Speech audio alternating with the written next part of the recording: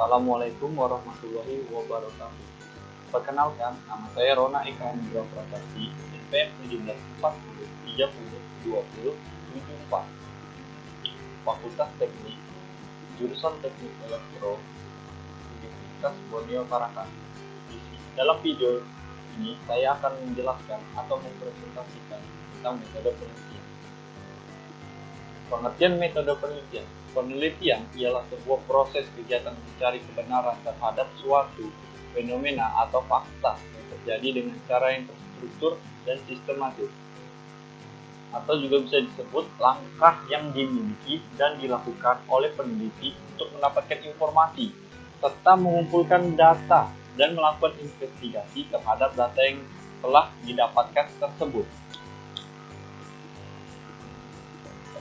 Dan menurut ahli atau profesor, yang pertama dari Profesor M. Winarno, metodologi penelitian merupakan sebuah kegiatan ilmiah yang dapat dilakukan dengan teknik yang sistematis dan cermat. Dan dari Profesor Dr. Sugiono, dia mengatakan metode penelitian merupakan suatu cara ilmiah sebagaimana mendapatkan data pada penggunaan dan tujuan tertentu. Dan yang terakhir dari Muhammad Nasir, dia mengatakan memahami metode penelitian merupakan sebuah metode yang paling penting, yakni di mana para peneliti dapat mencapai sebuah tujuan dan dapat menemukan jawaban sebagai masalah yang akan diajukan. Metode dasar dan macam penelitian. Yang pertama, metode penelitian kualitatif. Yang kedua, metode penelitian kuantitatif. Yang ketiga, metode penelitian historis. Keempat, metode penelitian deskriptif. Kelima, metode penelitian pengembangan. Keenam, metode penelitian korelasional. Dan yang terakhir, metode penelitian tindakan.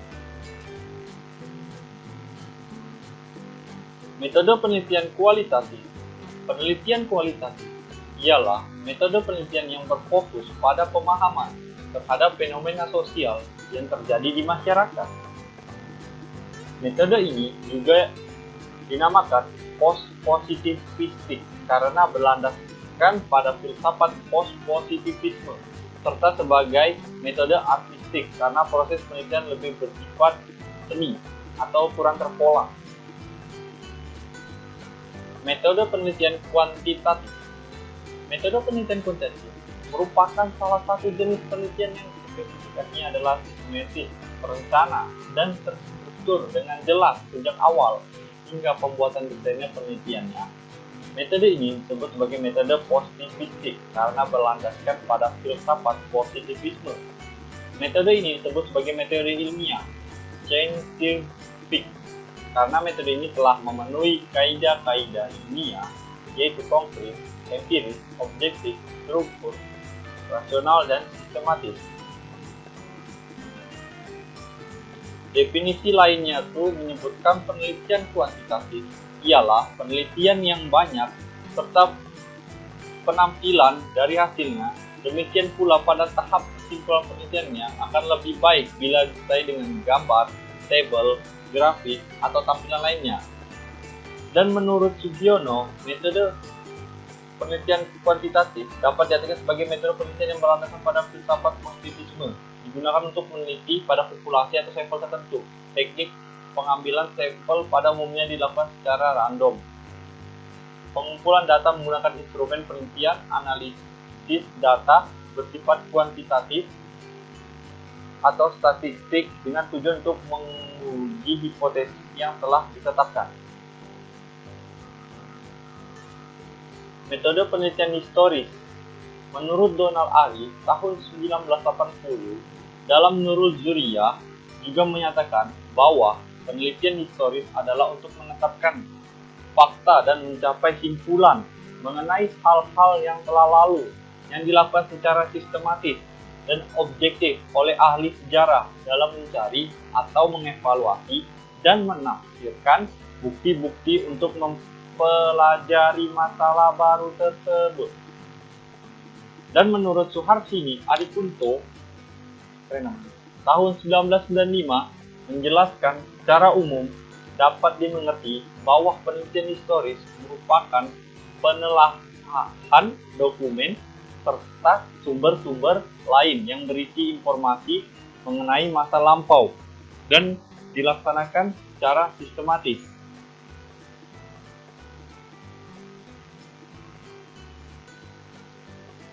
Dan kita simpulkan yang disampaikan oleh para ahli tersebut. Yang pertama, adanya proses pengkajian peristiwa atau kejadian masa lalu. Dan yang kedua, usaha dilakukan secara sistematik dan objektif. Dan yang ketiga, merupakan rentetan gambaran masa lalu yang integratif antar manusia, peristiwa, ruang, dan waktu. Dan yang terakhir, dilakukan secara interaktif dengan gagasan, gerakan, dan intuisi yang hidup pada zamannya. Tidak dapat dilakukan secara parsial. Metode penelitian deskriptif. Metode deskripsi merupakan sebuah metode penelitian yang memiliki sebuah tujuan sebagaimana menjelaskan dalam suatu peristiwa yang akan terjadi baik di masa kini dan di masa lalu. Metode pemeriksaan ini dapat dibagi menjadi dua metode, yaitu cross-seksional atau waktu tertentu dan longitudinal atau disebut sepanjang waktu. Menurut Nazir tahun 1988 dalam bukunya itu contoh metode penelitian menyebutkan metode deskriptif merupakan suatu metode dalam meneliti status kelompok manusia, suatu objek, suatu set kondisi, suatu sistem pemikiran ataupun suatu kelas peristiwa pada masa sekarang. Tujuan dari penelitian deskriptif ini adalah untuk membawa deskripsi gambaran atau lukisan secara sistematis, faktual, dan aktual mengenai fakta-fakta, sifat-sifat, serta hubungan antar fenomena yang diselidiki. Menurut Whitney 1960, metode deskriptif ialah pencarian fakta dengan interpretasi yang tepat. Metode penelitian pengembangan.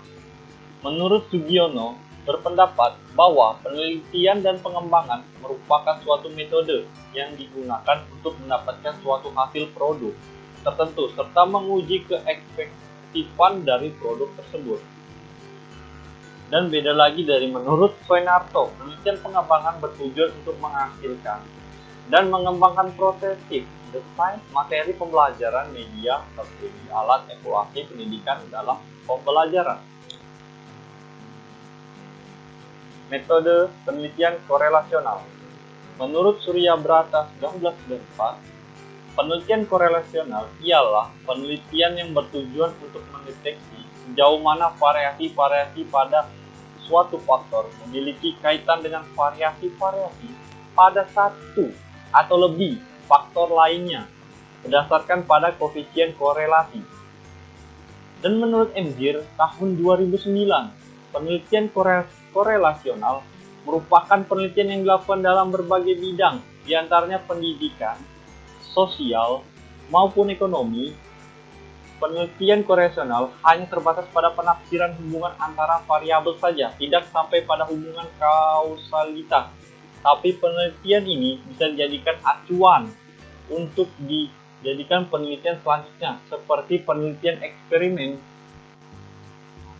Metode penelitian tindakan. Menurut Kemis tahun 1988 mengemukakan bahwa penelitian tindakan adalah suatu bentuk penelitian realistik dan kolektif yang dilakukan peneliti dalam situasi sosial untuk meningkatkan penalaran praktik sosial. Menurut Juria tahun 2003 mengemukakan bahwa penelitian tindakan menekankan pada kegiatan atau tindakan dengan menguji cobakan suatu ide ke dalam praktek atau situasi nyata dalam skala mikro yang diharapkan kegiatan tersebut mampu memperbaiki, meningkatkan kualitas, dan melakukan perbaikan sosial. Dan menurut Grandi dan Kenny 1990, dalam bukunya itu, Educational Research in Australia mengungkapkan bahwa penelitian tindakan memiliki dua tujuan pokok, yaitu meningkatkan, improve, dan melibatkan, improve. Improve maksudnya meningkatkan bidang praktik, meningkatkan pemahaman praktik yang dilakukan oleh praktisi, dan meningkatkan situasi tempat praktik dilaksanakan. Sedangkan improve berarti melibatkan pihak-pihak yang terkait. Jika penelitian tindakan dilaksanakan di sekolah, pihak yang terkait ialah antara lain, yaitu kepala sekolah, guru, siswa, karyawan, dan orang tua siswa. Fungsi dari penelitian tersebut, yang pertama tuh mendeskripsikan serta memberikan data atau informasi. Dan yang kedua, menjelaskan latar belakang tentang terjadinya suatu peristiwa atau fenomena. Menyusun sebuah teori, meramalkan, mengestimasi, dan memproyeksikan suatu peristiwa yang mungkin terjadi berdasarkan dengan data-data yang sudah dikumpulkan. Dan terakhir, mengendalikan peristiwa maupun gejala-gejala yang sedang terjadi. Tujuan meneliti. Tujuan penelitian ialah suatu indikasi ke arah mana penelitian itu dilakukan atau data-data serta informasi apa yang ingin dicapai dari penelitian itu. Tujuan penelitian dirumuskan dalam bentuk pernyataan yang konkret, yang dapat diamati dan dapat diukur. Tujuan penelitian dibedakan menjadi dua, yaitu tujuan umum dan tujuan khusus.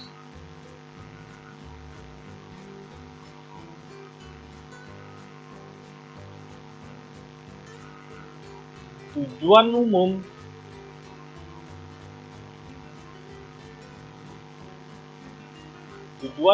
ialah tujuan penelitian secara keseluruhan dari yang ingin dicapai dalam penelitian itu sendiri. Dan tujuan khusus itu ialah tujuan yang lebih spesifik. Umumnya tujuan khusus menggunakan kata-kata operasional sehingga lebih jelas untuk dicapai, dan tujuan khusus pada hakikatnya penjabarannya dari tujuan umum. Apabila tujuan umum suatu penelitian tidak bisa atau tidak perlu dispesifikasikan lagi, maka tidak perlu adanya tujuan umum dan tujuan khusus, cukup dibuat tujuan penelitian saja. Ada 3 macam tujuan penelitian. Yang pertama, tujuan eksploratif. Maksudnya yaitu penelitian dilakukan untuk menemukan pengetahuan baru yang belum pernah ditemukan atau ada sebelumnya. Seperti misalnya penemuan ekstrak kulit manggis yang dapat dimanfaatkan untuk perawatan kulit. Dan yang kedua, tujuan verifikatif. Maksudnya penelitian harus bisa membuktikan atau menguji kembali kebenaran suatu ilmu pengetahuan yang ada sebelumnya. Misalnya seperti membuktikan manfaat ekstrak tersebut. Yang ketiga, tujuan pengembangan. Maksudnya yaitu penelitian harus menggali lagi lebih dalam atau mengembangkan suatu penelitian atau pengetahuan yang telah ada. Misalnya seperti penelitian mengenai manfaat dari ekstrak kulit kayu manggis untuk mengatasi masalah diabetes. Cara membuat tujuan penelitian. Untuk membuat tujuan penelitian, kita harus kembali melihat rumusan masalah tersebut. Itu mencari kata operasional, kan? Yang tepat untuk menjawab rumusan masalah yang ada. Nah, ini ada satu contoh. Yang pertama, rumusan masalah tersebut adalah adakah hubungan antara menggunakan hijab dengan keterampilan membaca siswa? Tujuan penelitiannya ialah mengidentifikasi hubungan antara menggunakan hijab dengan keterampilan membaca siswa.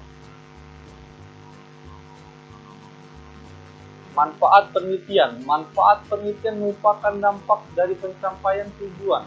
Seandainya dalam penelitian tujuan dapat tercapai dan rumusan masalah dapat dipecahkan secara tepat dan akurat, penggunaan penelitian yaitu mengembangkan ilmu pengetahuan dan membantu mengatasi, memecahkan, dan mencegah masalah yang ada pada objek yang diteliti. Setelah itu, manfaat penelitian kita bagi menjadi dua, yaitu manfaat secara teoritis dan manfaat secara praktis.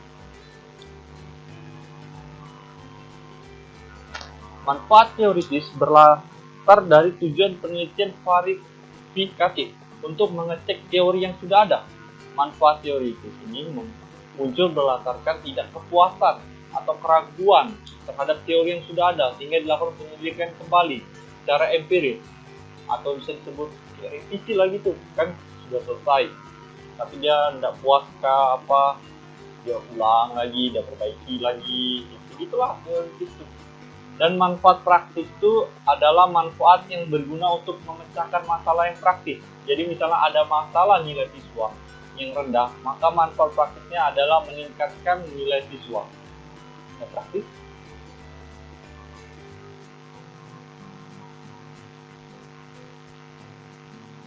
Metode pengumpulan data. Pengumpulan data dilakukan untuk memperoleh informasi yang dibutuhkan dalam rangka mencapai tujuan penelitian.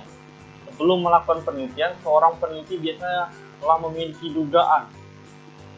Berdasarkan teori yang ia gunakan, dugaan tersebut disebut dengan hipotesis. Untuk membuktikan hipotesis secara empiris, seorang peneliti membutuhkan pengumpulan data untuk diteliti secara lebih mendalam. Proses pengumpulan data ditentukan oleh variabel yang ada dalam hipotesis. Pengumpulan data dilakukan terhadap sampel yang telah ditentukan sebelumnya. Data adalah sesuatu yang belum memiliki arti penilaian dan masih membutuhkan adanya suatu pengolahan. Metode analisis penelitian menurut Taylor 1975 mendefinisikan analisis data sebagai proses yang merinci usaha secara formal untuk menemukan tema dan merumuskan hipotesis atau ide seperti yang disarankan dan sebagaimana usaha untuk memberikan bantuan dan tema pada hipotesis. Jika kita kaji, pada dasarnya definisi pertama lebih menitik beratkan pengorganisasian data, sedangkan yang kedua lebih menekankan maksud dan tujuan analisa data. Dengan demikian, definisi tersebut dapat disintetiskan bahwa analisa data merupakan proses mengorganisasi dan mengurutkan data ke dalam pola kategori dalam satuan uraian dasar sehingga dapat ditemukan tema, dapat dirumuskan hipotesis kerja seperti yang didasarkan oleh data. Adapun langkah-langkah penelitian. Yang pertama, mengidentifikasi dan merumuskan masalah. Dan yang kedua, melakukan studi pendahuluan. Dan yang ketiga, yaitu merumuskan hipotesis. Yang keempat, mengidentifikasi variabel dan definisi operasional variabel. Dan yang kelima, menentukan rancangan dan desain penelitian. Dan yang keenam, menentukan dan mengembangkan instrumen penelitian. Dan yang ketujuh, menentukan subjek penelitian tersebut. Dan yang kedelapan, yaitu melaksanakan penelitian. Dan yang kesembilan, melakukan analisa data. Dan yang kesepuluh, merumuskan hasil penelitian dan pembahasan. Dan yang terakhir, yaitu menyusun laporan penelitian dan melakukan diseminasi. Sekian dari PPT saya. Apabila ada kesalahan dalam menjelaskan atau menentukan kata, mohon dimaafkan. Wabillahi taufiq hidayah. Wassalamualaikum warahmatullahi wabarakatuh.